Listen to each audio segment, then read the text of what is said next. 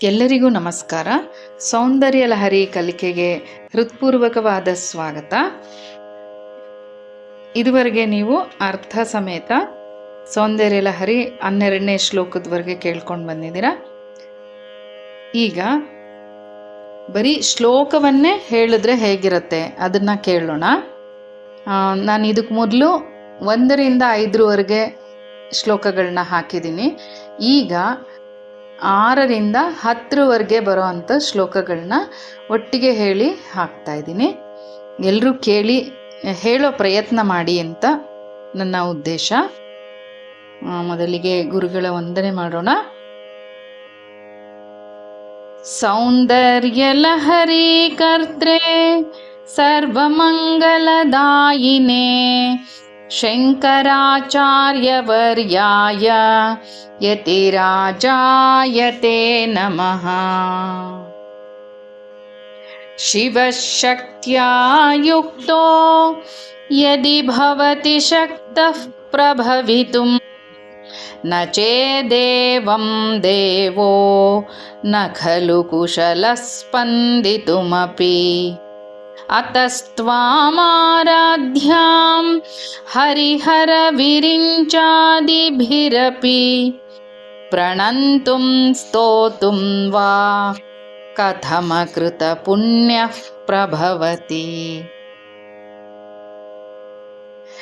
ಧನುಃ ಪೌಷ್ಪಂ ಮೌರ್ವಿ ಮಧುಕರಮಯೀ ಪಂಚವಿಶಿಖಾಃ ವಸಂತಃ ಸಾಮಂತೋ ಮಲಯಮರುದಾಯೋ ಧನರತಃ.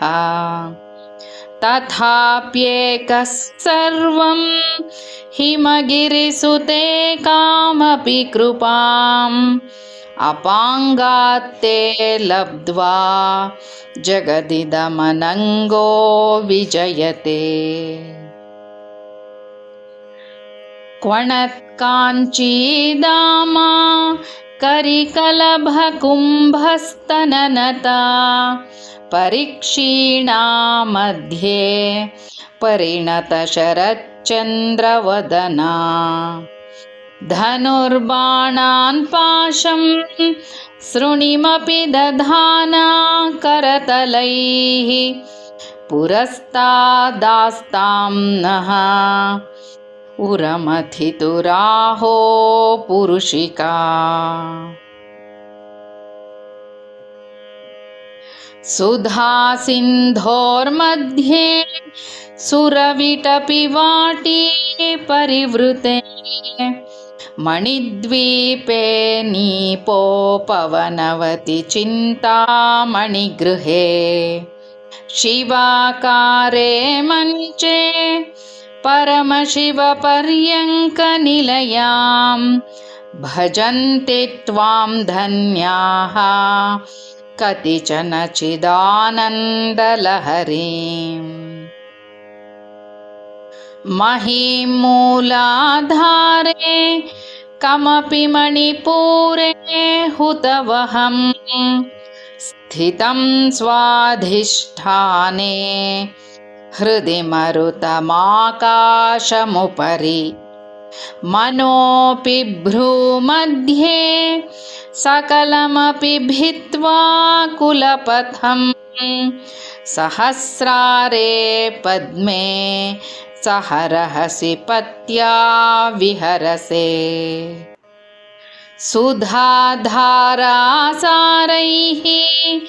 ಚರಣಯುಗಲಾಂತರ್ವಿಗಲಿತೈಃ ಪ್ರಪಂಚಂ ಸಿಂಚಂತಿ ಪುನರಪಿ ರಸಾಂನಾಯ ಮಹಸಃ. ಅವಾಪ್ಯ ಸ್ವಾಂ ಭೂಮಿಂ ಭುಜಗನಿಭಮಧ್ಯುಷ್ಟವಲಯಂ ಸ್ವಮಾತ್ಮಾನಂ ಕೃತ್ವಾ ಸ್ವಪಿಶಿಕುಲಕುಂಡೇ ಕುಹರಿಣಿ. So 10ನೇ ಶ್ಲೋಕದವರೆಗೂ ಹೇಳಿದ್ದೀನಿ. ಕೇಳಿ ಅಭ್ಯಾಸ ಮಾಡಿ. ಮತ್ತು ನೀವೇನು ಎಕ್ಸ್ಪೆಕ್ಟ್ ಮಾಡ್ತಾ ಇದ್ದೀರಾ ಅಂತ ಹೇಳಿದ್ರೆ ಅದ್ರ ಬಗ್ಗೆ ಇನ್ನೂ ಸ್ವಲ್ಪ ಏನು ಇನ್ಫಾರ್ಮೇಷನ್ ಕೊಡಬಹುದು ಅಂತ ನಾವು ಗಮನ ಇಡಬಹುದು ಅನಿಸುತ್ತೆ. ಎಲ್ಲರಿಗೂ ನಮಸ್ಕಾರ. ಧನ್ಯವಾದಗಳು. ಸರ್ವೇ ಜನಾಃ ಸುಖಿನೋ ಭವಂತು, ಸರ್ವೇ ಸನ್ಮಂಗಲಾನಿ ಭವಂತು.